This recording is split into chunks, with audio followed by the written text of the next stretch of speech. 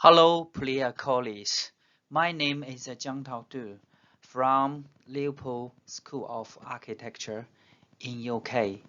Today, I would introduce my research paper named Biophilic Atrium Design, an analysis of photosynthetically active radiation for indoor plant system, comparison between two climates.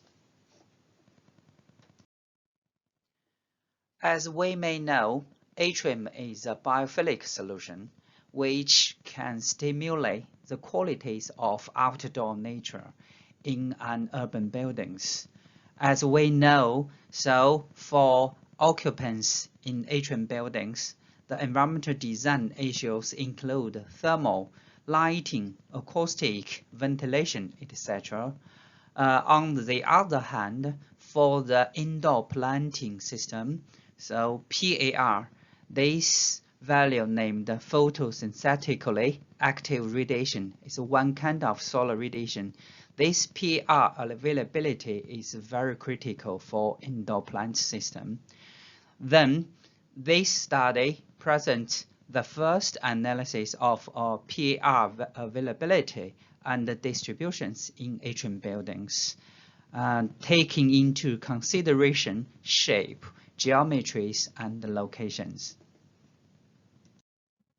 For the methods and material, in these studies, we focus on two types of atrium according to the plan.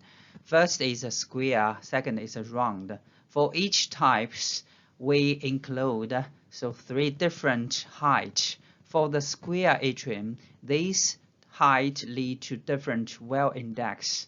For round, just the different height justify geometries. According to this study, we focus on two locations, Beijing and London. Beijing has a continental climate.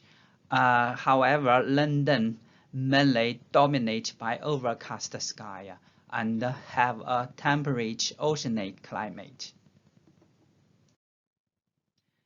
Following the PR justification, we would evaluate this value. We applied metric systems. This metric system is based on the value.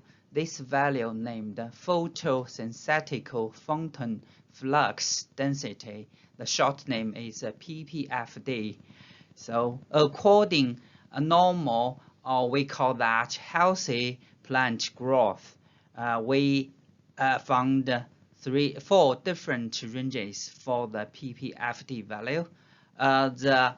According this health growing, so the blue marked the two ranges means healthy range. It's good, it's proper for growing plants. For the top one, it's lower level. For the bottom one, we call the higher level. For the right side, the two ranges marked by the red, that means not healthy, not properly to grow the plant.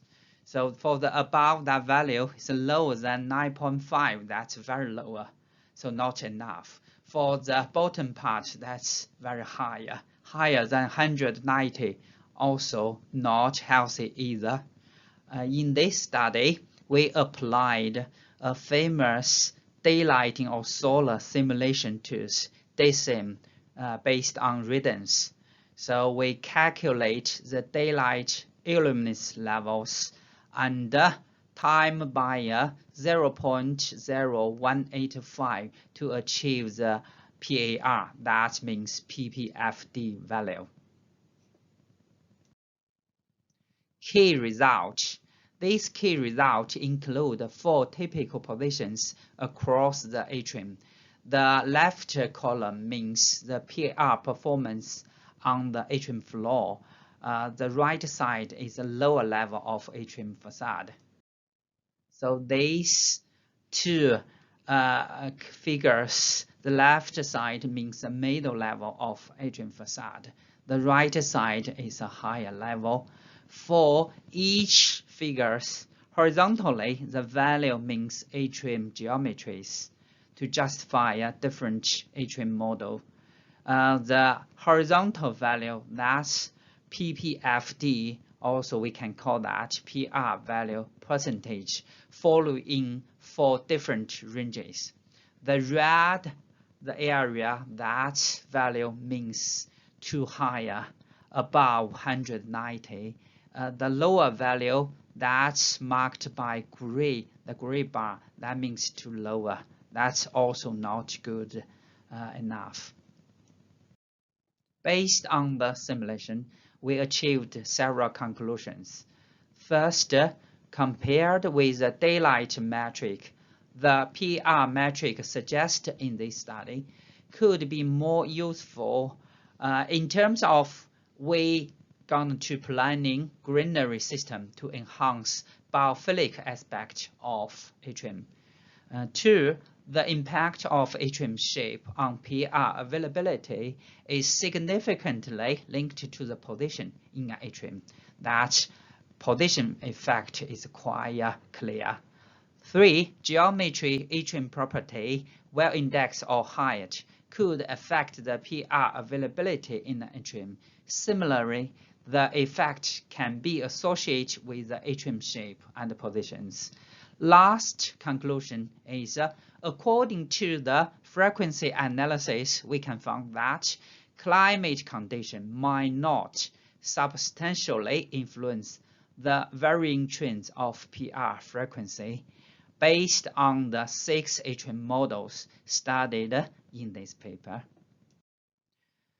Thanks a lot for your attention. If you have any questions, please send your email to this address. Thank you very much.